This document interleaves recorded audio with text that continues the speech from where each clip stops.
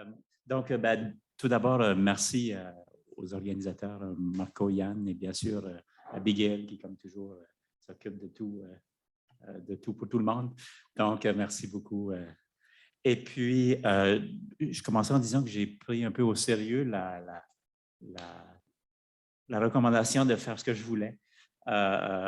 Et donc, de partir un peu sur une track, si vous me permettez, en fait, sur une idée. J'ai pris comme point de départ l'idée que c'est un échange sur le développement territorial entre deux sociétés. Et donc, je vais essayer de me dire qu'est-ce que j'aurais à dire qui caractériserait, à mon avis, ce qu'est le développement territorial au Québec. Et donc, c'est un peu autour de cette idée-là. Mais avant d'aller là, juste peut-être un mot sur le qu'est-ce que c'est essentiellement le développement territorial, si je peux dire. À mon sens, on ne peut pas, c'est difficile d'expliquer le développement territorial sans présenter ce qui vient avant, d'une certaine façon. Dans le cas québécois, on a eu un moment, la Révolution tranquille, où on a comme à peu près dans bien des sociétés, on a eu ce qu'on va appeler du développement régional. Donc, un État qui se charge essentiellement de redistribuer la croissance économique entre les régions. Cette période-là va se terminer, on peut discuter à quel moment, mais essentiellement dans les années 80-90. Et là, la difficulté de l'État ou l'impossibilité ou l'incapacité de l'État à jouer ce rôle-là va amener à explorer des nouvelles versions du développement, de nouvelles façons, de nouvelles approches, d'où le terme territoire qui s'impose, je dirais, progressivement au Québec. Probablement dans le contexte français, il est plus présent plus tôt et plus systématiquement, alors qu'au Québec, en tout cas, il me semble que ça prend plus de temps. Et on pourrait dire qu'on est encore dans une certaine transition, dans une certaine mesure. Quoi qu'il en soit, l'idée, je dirais, à mon sens, un peu forte du développement territorial, c'est que c'est plus l'État qui est le grand artisan du développement, c'est plus les grands leviers, les grands leviers macroéconomiques de l'État qui servent, mais plutôt les forces du territoire, les acteurs, les ressources du territoire. Évidemment, ces acteurs-là, ils n'agissent pas seuls. Ils le font dans des modalités d'action qui sont différentes, qui sont plus horizontales, qui amènent à des collaborations avec d'autres acteurs. Donc, je m'en tiendrai à ça pour la petite présentation. Et pour en venir à l'idée que je vous propose d'explorer avec moi, c'est une idée en fait qui m'est venue, je suis un peu tombé par hasard sur, pas tout à fait par hasard quand même, mais sur deux textes que je ne résumerai pas très longuement, mais un texte vous le voyez là, donc un texte de Jonas et Moisio. Votre appellation est aussi bonne que la mienne, et qui porte essentiellement sur le nouveau régionalisme, donc qui met de l'avant l'idée que dans le nouveau régionalisme, on a sous-estimé la place de l'État.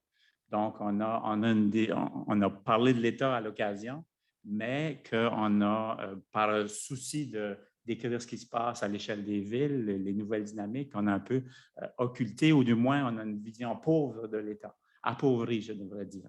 Et donc, cet article-là, à la fois, montre la pauvreté et propose une autre lecture.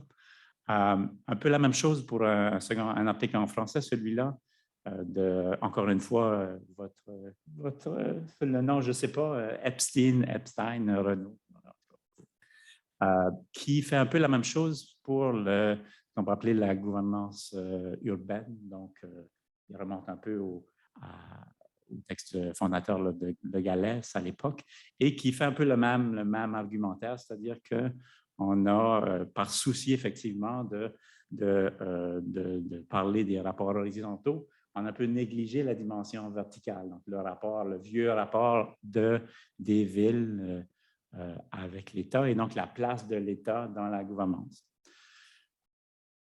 Donc, vous aurez compris évidemment que mon idée que je veux explorer, c'est effectivement cette idée-là de est-ce qu'il n'y a pas une espèce d'angle mort finalement qui serait au niveau du développement des territoires, qui serait celui de l'État. Donc, on aurait, non pas qu'on n'aurait pas parlé de l'État, mais qu'on l'aurait parlé de façon appauvrie, qu'on l'aurait soit, on aurait un peu une caricature de l'État.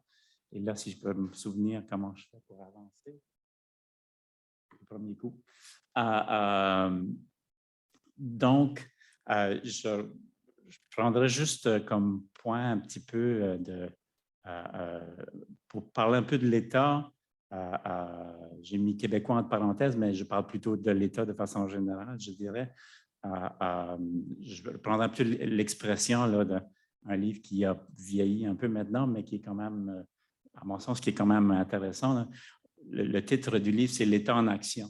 L'idée de « en action », c'est-à-dire que l'État, il ne faut pas le prendre comme une entité unique, l'État avec un grand E, mais l'État à travers ses manifestations concrètes. Et donc, évidemment, si je pousse un petit peu plus loin, c'est-à-dire l'État à travers ses manifestations concrètes, donc à travers la possibilité que l'État puisse être pluriel, il peut être disparate et qu'il n'est pas nécessairement seul et un, comme on l'avait longtemps considéré, au moins pour la science politique classique, disons. Donc, l'État comme une pluralité d'actions qui peuvent être, à la limite, contradictoires. C'est-à-dire que si on veut comprendre le rôle de l'État, si on veut comprendre, il faut saisir dans sa pluralité d'une certaine façon. Et donc, le rapport de l'État avec les territoires, si je peux dire l'État territorialisé, il peut être, à mon sens, et c'est un peu cette idée-là que je veux explorer dans le cas du Québec rapidement, il peut être, avoir des sens qui sont convergents ou qui sont contradictoires.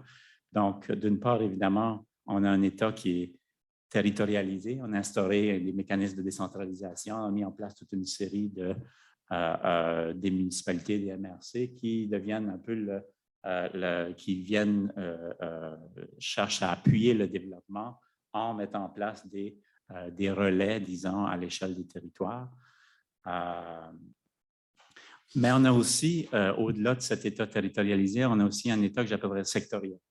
C'est-à-dire qu'un État qui, à travers toute une série de mesures qui ne sont pas nécessairement pensées en termes de territoire, qui ne sont pas pensées pour accompagner les territoires, qui sont pensées, donc, l'État sectoriel, c'est les politiques forestières, c'est les politiques environnementales, les politiques de santé, etc., qui, a priori, fonctionnent selon une logique sectorielle et donc ne sont pas nécessairement, en premier lieu, pensées en termes territorialisés et en termes de développement des territoires. Et donc, évidemment, l'invitation première, là, où l'idée, c'est de la nécessité d'explorer ces deux types d'États-là, sachant que l'un et l'autre se divisent en pieuvres à plusieurs tentacules aussi. Et donc, il me semble, puis là, je n'irai pas très longtemps, j'imagine que mon temps va arriver presque terminé, mais que s'il y a peut-être un angle mort dans, effectivement, les recherches en développement territorial, c'est effectivement ce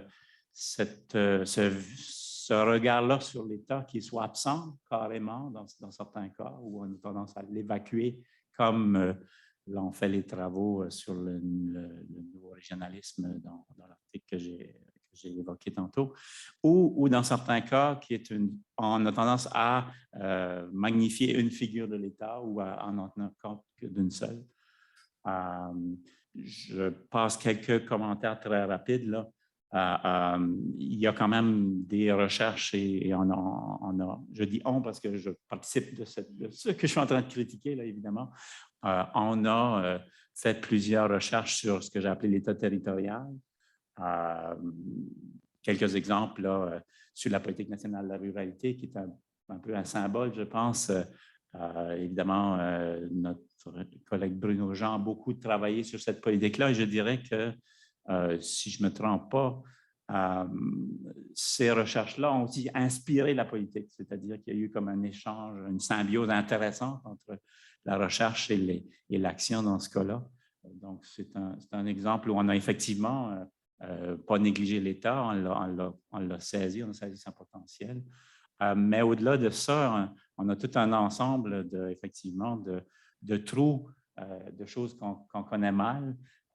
Tantôt, il a été mentionné que les conférences régionales des élus, je me souviens avoir fait un petit tour de l'horizon et le seul moment où on s'est intéressé au CRE, c'est les moments où on les a abolis ou les moments où on les a réformés dans leur fonctionnement quotidien, en action.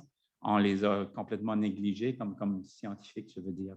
Et donc, ça a probablement contribué à une espèce c'est un exemple parmi d'autres de ces trous-là qui me semble qu'on peut mettre de l'avant. Et l'autre grand trou est là, c'est effectivement sur ce que j'ai appelé tantôt l'État sectoriel, c'est-à-dire tout un ensemble d'actions de l'État qui ont des très fortes incidences sur les territoires et qui sont restés, qui sont passés largement en dessous du radar, je dirais. L'exemple que je vais donner, puis je m'arrêterai là-dessus pour laisser la place à mes collègues, mais que je connais peut-être le mieux.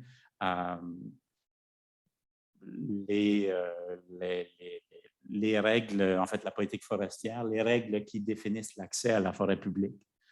Pour presque 2 siècles, l'État a toujours défini les droits d'accès, les modalités d'accès. Pour la majorité de cette période-là, on a exclu les habitants des communautés qui sont à proximité de ces forêts-là. Donc, ça, à mon avis, c'est une intervention de l'État qui est hyper structurante pour les territoires et pour le développement des territoires, mais pour lequel on a très peu ou on a traditionnellement assez peu de connaissances. On a peu intégré ça dans l'image que l'on se fait et les études qu'on fait du développement territorial. Donc, je m'arrêterai de là-dessus.